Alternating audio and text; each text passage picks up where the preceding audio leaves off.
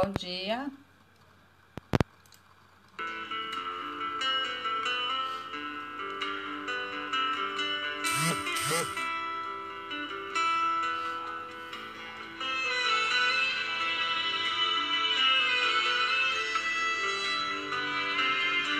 Aguardando.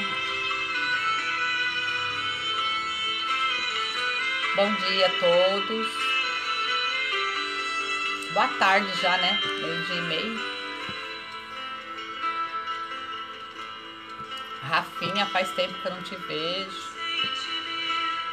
Glaucia, Alice, Edson, Adriana. As Adrianas.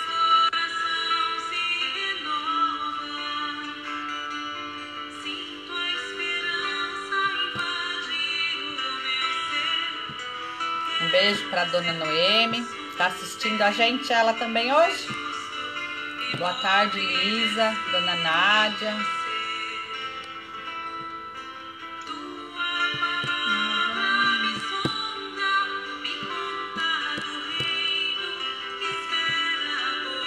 A Adriana tá sempre em tudo, né? E tem várias Adrianas, viu? Não tem uma só, não.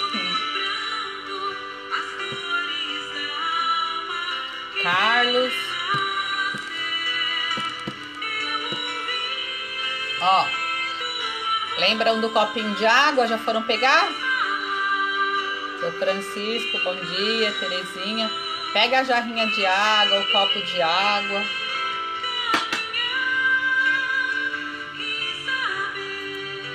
Dona Elza,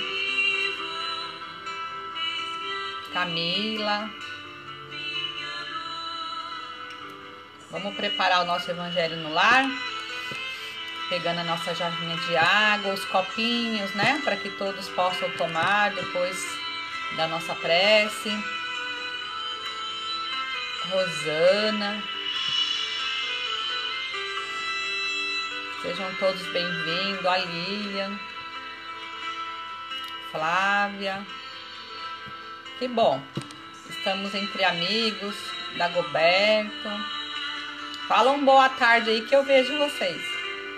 Nem todos eu consigo ver. E hoje, então, o tema do nosso evangelho é retirado do próprio evangelho mesmo. A Luciana. Pega lá a garrafinha de água pra gente fazer. Bom, vamos fazer a nossa prece de abertura pra gente poder iniciar.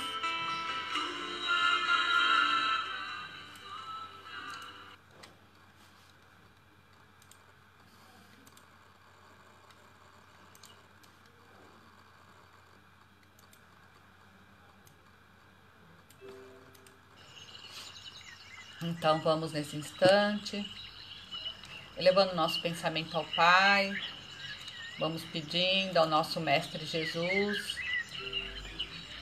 pela nossa família, vamos pedindo pela nossa casa, pela nossa saúde, pelos nossos vizinhos, que possamos viver em harmonia, que possamos estarmos todos reunidos em pensamento, que todos possam fazer parte desse banquete, que é esse momento de oração, de energia, que possamos doar esse amor para todos aqueles que necessitam também, né?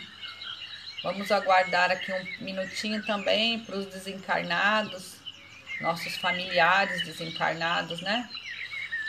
Aqueles que se foram há muito tempo, aqueles que se foram recentemente, que possamos doar o nosso amor, a nossa oração, para que a espiritualidade nesse instante possa estar envolvendo eles com muito amor, com muito cuidado, que eles possam estar recebendo tratamento, orientação, que agora nesse instante, na minha casa, na sua casa, na sua empresa, não tem importância que é na empresa, que no local onde vocês estejam, possa ser uma luz, um canal de luz de amor, onde a espiritualidade possa nos usar e usar esse instante, esse momento, para tratar daqueles que necessitam, aqueles irmãos que estão perdidos, sem um rumo, sem encontrar sequer uma forma de fazer uma prece, porque no meio de tanta dor, eles possam estar então se despertando por entendimento e por amor. E que a espiritualidade nos use nesse instante para auxiliar a todos os nossos irmãos. Vamos fazer a nossa prece então. Pai nosso que estais no céu, santificado seja o vosso nome. Venha a nós o vosso reino. Seja feita a vossa vontade, assim na terra como no céu. O pão nosso de cada dia nos dai hoje. Perdoai as nossas dívidas, assim como nós perdoamos aos nossos devedores. E não nos deixeis cair em tentações, mas livrai-nos de todo mal, que assim seja, graças a Deus.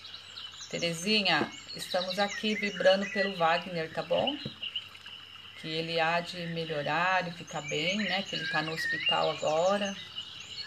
Boa tarde, Elga, Lu, Antônio, a Eriquinha, o Henry. A Elaine deve estar junto aí com a Helena também. Então, já pegaram a aguinha? Tá tudo certinho aí? Adriana, viu, Rafa? Outra Adriana, ó. Tem várias Adrianas aqui. Vamos começar. O evangelho hoje, gente, o título é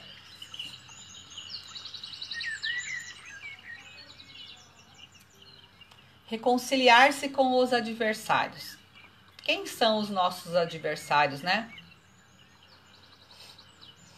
Como é difícil lidar essa parte. Essa parte do evangelho, às vezes a gente pensa que podia pular, né? Ficava mais fácil, porque como é difícil essa parte. Às vezes é até fácil a gente falar para o outro, mas quando coloca em prática, nós mesmos, muitas vezes então é difícil. Mas vamos lá, vamos ver se juntos nós conseguimos deixar a situação mais fácil, com um entendimento melhor, tá bom?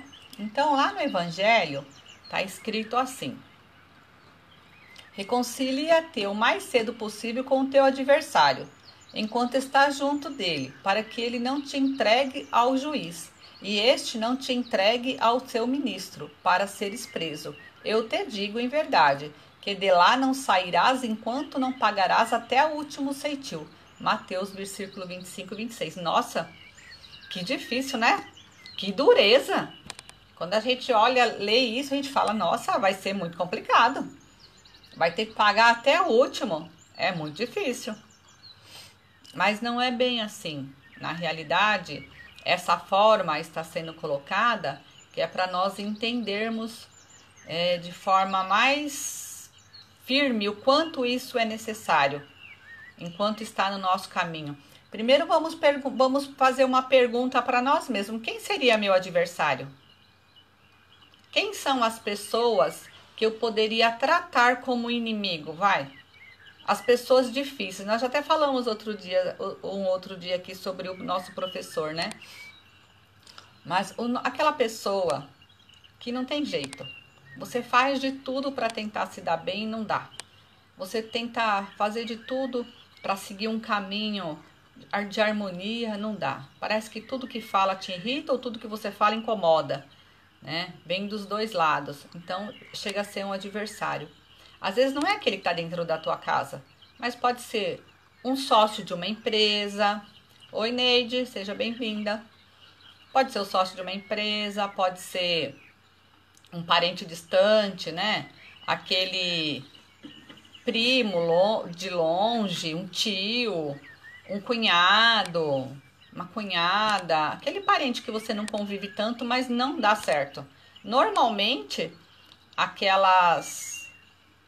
esse tipo de adversidade a gente fala, nossa, dá com sogra e nora, né? Cunhados, mas não, às vezes dá com amizade também, aquela amizade que você teve na escola, às vezes uma pessoa que você trabalha no teu trabalho, ali dentro, às vezes da mesma sala, tem pessoas que não dão certo, que não vai bem, parece que tudo que você faz é para prejudicar a pessoa, ou tudo que ela faz é para te prejudicar. Então é muito difícil conviver. Então, onde que está a nossa maior adversidade? Está no nosso relacionamento, porque... E muitas vezes também são com os pais. Mãe com filhos, filhos com pais, entre irmãos. E parece que por mais que você faça, não consegue sair daquilo, né? A gente precisa então aprender a perdoar. Só dessa forma que nós vamos conseguir não ter mais um adversário, não é assim? Então vamos lá, continuar mais um pedacinho do Evangelho. A Camila está falando, nosso adversário é o canal para a nossa evolução e aprendizado. Isso mesmo, pode escrevendo, gente, vamos participar aqui comigo.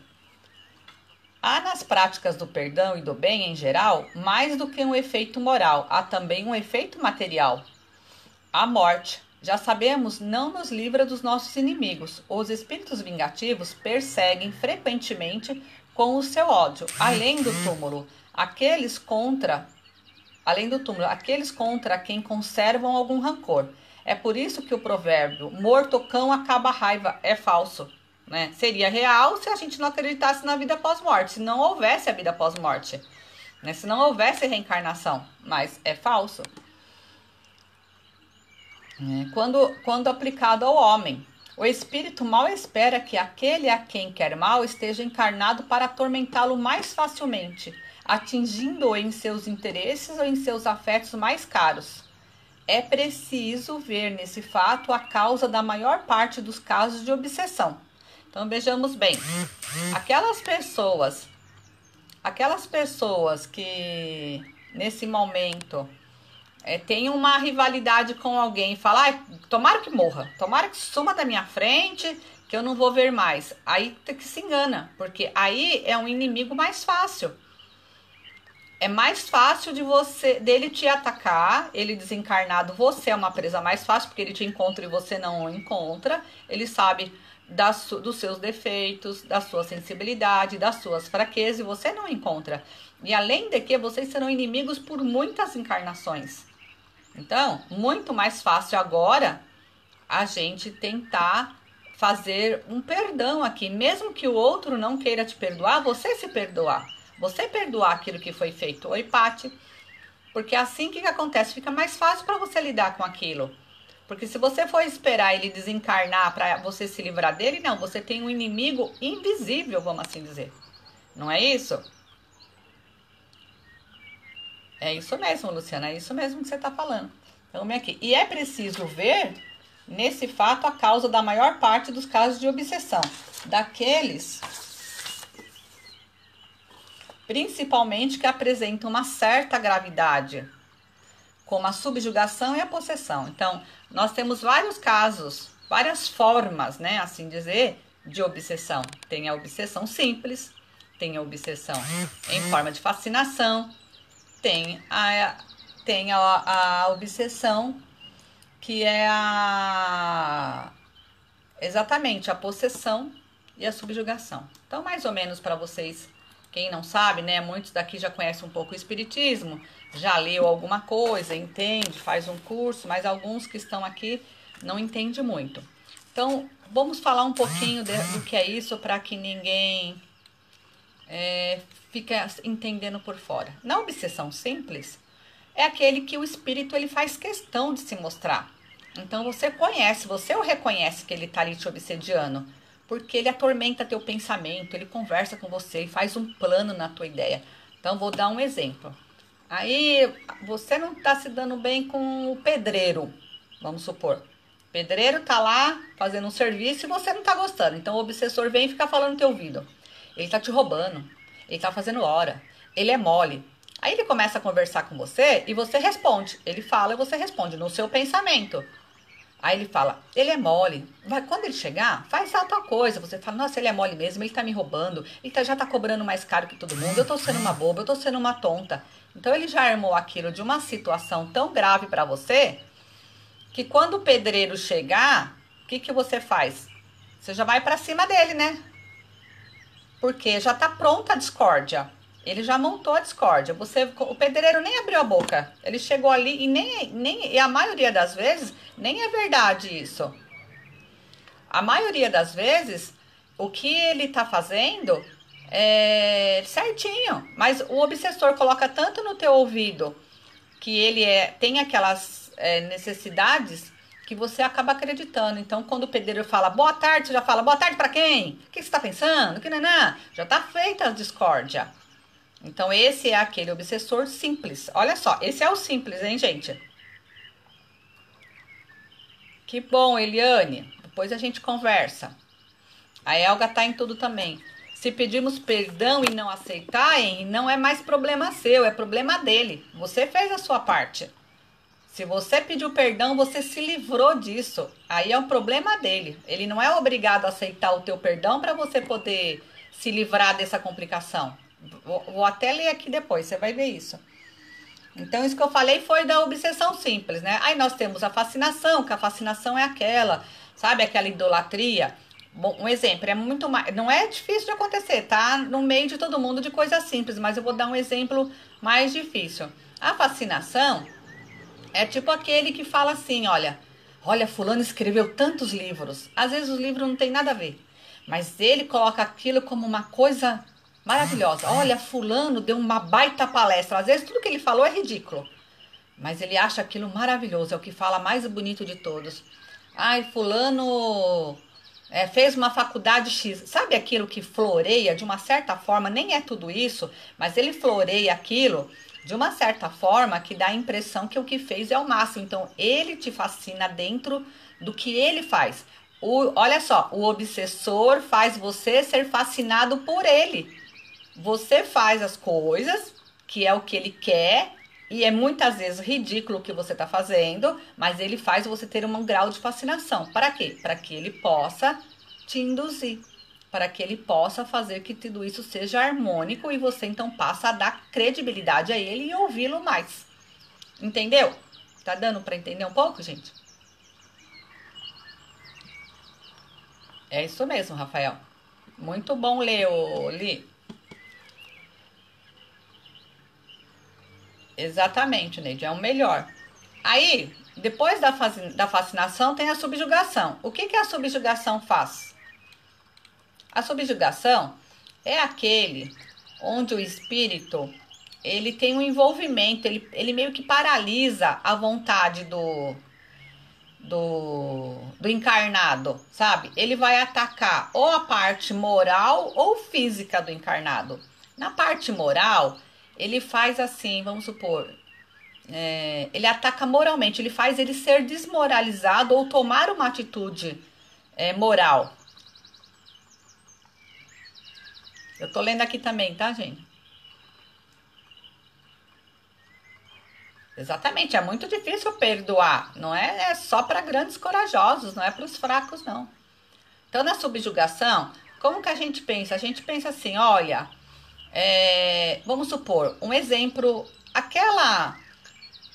um rapaz que acha a menina da escola a mais feia, vamos supor, a mais chata. Ele vai lá, num momento de pura obsessão, ele tá tão dominado pela essa obsessão, que já é uma subjugação, ele vai lá e joga de joelhos naquela menina e pede-a em casamento. Entendeu? Ele é dominado moralmente pelo aquele espírito para tomar uma atitude que para ele seria humilhante, porque é o que ele menos queria. Então, ataca nele uma situação que desmoraliza as vontades dele, não perante a sociedade, mas perante as vontades dele, que deixa ele na mão do outro, né? Ou então, isso é na parte moral. Na parte física, quer dizer, na parte moral, ele faz assinar contratos, ele faz tomar uma atitude, vamos supor, aceitar um contrato que não é legal. Ele passa a estar tão dominado que ele toma uma atitude moral sem pensar. Ele não consegue encontrar lógica naquilo, então ele é na subjugação. Ele vê de um jeito, mas ele é dominado em fazer outro. Conseguiram entender a subjugação ou deixei mais complicado? Responde pra mim, gente, entendeu? Ou tá difícil a subjugação? Que eu vou falar da possessão. A possessão é a última, né? O que seria a possessão? A possessão é quando chega naquele momento que a gente fala assim, ó, o espírito, quando encarnado, ele ali, na hora da concepção, o espírito tomou a conta do corpo dele, que é aquela sementinha, né? Então o espírito tomou conta dele. Então ele não vai mais largar aquele espírito até que haja o desencarne. Mas na possessão é tão forte o grau de obsessão que já passou por todas as etapas, né? Já teve ali a obsessão simples, depois já teve a fascinação, já teve a subjugação, agora ele está na possessão. E quando ele chega na possessão, ele domina o corpo. As palavras dele é do espírito, é como se o espírito entrasse no corpo dele, toma conta do perispírito dele, porque os dois se alinham ali juntos, toma conta, e aí ele passa a falar pelo espírito, ele passa a ouvir, ter gestos, muda a característica, muda a face, muda tudo. Então, na realidade, quem está vivendo aquele período de tempo é quem? É o espírito obsessor. Aí você fala, ah, então o espírito pode tomar o corpo de outro? Não, é temporário isso. É temporário, porque sempre há uma forma. Por que que existem, então, os tratamentos espirituais, os benzimentos? Até na igreja católica existem os recursos, na igreja evangélica existem os recursos.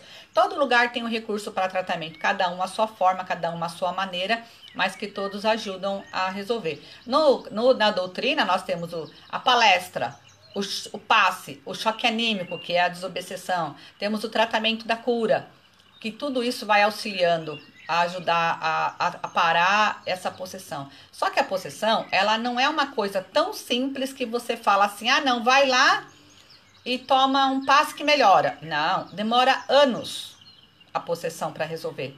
Daí fala, ah, mas nossa, não melhora, vive tendo recaída, demora anos. Por quê? Existe o perispírito espiritual e existe o perispírito do encarnado, o do desencarnado e do encarnado. Cada um tem um perispírito, porque o perispírito não morre com a morte do corpo, ele fica, é o corpo espiritual do espírito. Então, quando existe a possessão, ó, existe uma simbiose. Os dois perispíritos se entrelaçam de uma tal forma que se transforma em uma só. Se você for lá e tirar de uma vez o do obsessor, o que acontece com o do encarnado? Ele morre. Ele não tem força, porque ele já está tão dominado pelo outro que ele morre. Aí existe a morte dos dois. Então, o que precisa fazer? É muito tratamento. São muitos, durante muito tempo, muitas energias fluídicas que ele precisa receber para que aos poucos esse entrelaçamento vá se soltando. Nossa, gente, agora que eu percebi, era Evangelho no Lar, né? Tá virando curso isso. Desculpa, tô falando muito, acho, né? Então, ele vai se soltando e aos poucos, então, ele pode se livrar do perispírito do desencarnado, entendeu? Aí, então, ele pode ter a vida dele normal. Mas, para isso, ele precisa de muito amor, de muita compreensão, de muito evangelho no lar, de muito tratamento. Ele precisa de muita luz, de energia, para que aos poucos ele vá se melhorando, ele possa se fazer. Imagina o desespero de você estar sendo conduzido por um outro espírito, você vê aquilo e nada poder fazer.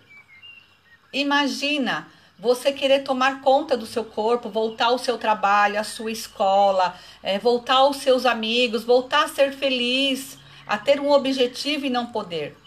Muitas vezes, o que acontece? A gente julga o outro. Ah, tá depressivo. Ah, tá doente. Ah, tem problema psicológico. Ah, é um psicopata. Altera muito de emoções, né? Não. Ele tá obsediado. Às vezes a obsessão não tá dentro da casa espírita, ela tá na nossa casa. Às vezes está conosco, hein, gente? Porque é grau. Por isso que nós temos sempre que cuidar, porque ela está conosco, viu? Ela está conosco. E tá acabando a hora de almoço, Flávia, eu vou acabar. Então, a gente precisa olhar para dentro da gente e ver, para nos avaliar e pedir ajuda. E nos socorrer. Vou acabar de ler aqui rapidinho que eu me empolguei. O obsediado, o obsessor, são quase sempre vítimas de uma vingança anterior, a quem dera motivo por sua conduta. Deus permite a situação atual para punir do mal que fizeram por si mesmo, ou se não o fizeram, por haverem faltado com a indulgência e a caridade, deixando de perdoar. Ah, um recado aqui, ó. Com crianças também acontece possessão, viu, gente? Não é só com adulto, não. Muitas vezes com crianças. O que importa, então, do ponto de vista da sua tranquilidade futura, é reparar o mais cedo possível os erros que cometemos contra o nosso próximo e perdoar aos nossos inimigos, a fim de suprimir, antes da morte, os motivos de desavença, toda causa proveniente de animosidade posterior. Desta maneira, de um inimigo encarnado neste mundo, pode-se fazer um amigo no outro. Ó, que bacana, né? Isso que é legal. De qualquer forma, coloca seu bem acima de tudo. E Deus não deixa aquele que perdoou o sabor da vingança. Olha aí, Henry, o que você perguntou. Ó, de qualquer forma, coloca-se o bem acima de tudo. E Deus não deixa aquele que perdoou ao sabor da vingança. Quando Jesus recomenda que se reconcilie o mais cedo possível com o adversário, não é simplesmente para evitar as discórdias na existência atual, mas para evitar também que elas se perpetuem nas existências futuras. Vós não saireis de lá, diz ele, até que tenhais pago até o último ceitil, ou seja, cumprindo completamente a justiça de Deus. Se você perdoou, se você fez a sua parte, acabou. Deus te protege, ele te livrou disso.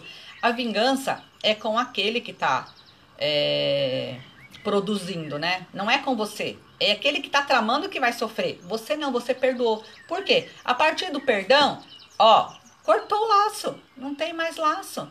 E assim, cada um vai seguindo o teu caminho. Já imaginou como seria a justiça de Deus se nós não pudéssemos nos livrar do inimigo até que houvesse perdão entre os dois? Até que os dois, houvesse entendimento entre os dois, seríamos uma presa. Tomar água, né? Falo tanto. Então, é importante que nós temos o livre-arbítrio. Até tá todo mundo perdoado, Patrícia? Isso mesmo. Então, a gente tem que entender que precisamos... Se você precisar ir, Flavinha, desculpa, tá? Eu vou terminar daqui a pouquinho, que eu sei que todo mundo tem horário, né? Mas é que a lição, ela é importante, né? Já que eu comecei a falar, eu tenho que explicar para que vocês compreendam também. E de uma outra próxima vez, no Evangelho da semana que vem, se vocês até quiserem escolher o tema, a gente traz aqui, tá bom? Exatamente, libertação. E muitos livros da doutrina, né? As codificações. A gente... tem tudo aí para aprender e para entender. O que a gente precisa saber é o que? Nós temos que ter... O conhecimento nos salva. O conhecimento nos livra. Porque nós só vamos nos livrar da perturbação, da obsessão com conhecimento. Porque para ser obsediado, a todo instante, nós estamos abertos a isso. E não existe melhor médio, pior médio, que está livre de ser obsediado. Não, todos. O que modifica é a forma de você lidar com isso. Se você consegue entender que você está sofrendo uma obsessão, o que você vai fazer? Se livrar logo daquilo. Pensa assim, ó, quando você for tomar uma atitude com uma pessoa, que você perceber que essa atitude não é legal, eu queria pra mim? Eu faria comigo? Se fizesse comigo, eu iria gostar? Não. Ah, então deixa pra lá. Sabe, é que nem a Camila disse ali atrás. Às vezes as pessoas pensam que por a gente tomar certas atitudes, nós estamos fazendo papel de bobo. Mas não, nós estamos sendo corajosos. É muito mais bonito você deixar pra lá, você fingir que não entendeu, do que você ir lá e dar um de corajoso e querer na faca, né? Torcer. Pode tomar aguinha, não tem importância. Estamos aqui falando e tá tudo bem. A espiritualidade tá trabalhando, tá? Fica tranquila. Então, o que a gente tem que pensar é isso. Nós temos que nos livrarmos de todo esse peso. Temos que nos livrarmos de tudo isso que vem acontecendo. Depende de nós. E nós vamos aos poucos livrarmos disso. Tá bom, gente, vamos aqui, ó, encerrar, que todo mundo tá precisando ir embora, a hora do almoço, né? Então vamos agradecer a espiritualidade pelo tudo que tem nos deixado, por tudo que tem feito. E vamos... Peraí, fazer a prece. Vamos fluidificar nossa água, pega o copinho, tá bom? E vamos Pedir ao Mestre Jesus, aos médicos do espaço, aos enfermeiros presentes nesse instante, que possam estar fluidificando essa água, que possa estar trazendo dentro desse remédio a cura de todos os nossos males, que abra o nosso pensamento, o nosso entendimento, para que possamos nos livrarmos também da doença espiritual, não somente da nossa doença física, não é? Então que essa água ela possa ser o suficiente para nos trazermos a cura do perispírito, a cura do nosso corpo físico, a cura dos nossos problemas morais, daquilo que nós compreendemos, de tudo aquilo que também nós não aceitamos. Que toda doença, que toda dor, ela possa nos trazer sempre a cura, seja da forma que a espiritualidade entender que é o melhor para nós, mas que ela possa vir dentro dessa água. Graças a Deus. E vamos encerrar então com a prece. Muito obrigado a todos vocês que estão aqui comigo, que estamos juntos. A gente vai voltar no assunto. Quem tiver dúvidas ainda do que eu não falei, que não deu tempo, deixa aí que na próxima semana eu falo mais um pouquinho, tá bom, gente? Muito obrigado. Então vamos lá. Agradecemos ao Mestre Jesus pela presença, os mentores por estar conosco nessa aula de hoje, por esse evangelho de hoje, por estarmos aqui nos auxiliando, trazendo o entendimento necessário para que possamos a cada dia mais sermos fortalecidos dentro do entendimento, dentro da sabedoria e que possamos a cada dia mais nos reunir em nome de Jesus. Pai nosso que estais no céu, santificado seja o vosso nome. Venha a nós o vosso reino, seja feita a vossa vontade, assim na terra como no céu. O pão nosso de cada dia nos dai hoje. Perdoai as nossas dívidas, assim como nós perdoamos a quem nos tem ofendido. E não nos deixeis cair em tentações, mas livrai-nos de todo mal, que assim seja, graças a Deus. Perdoai, perdoai e perdoai. Um beijo, amigos. Até a semana que vem, tá bom? Fiquem com Deus.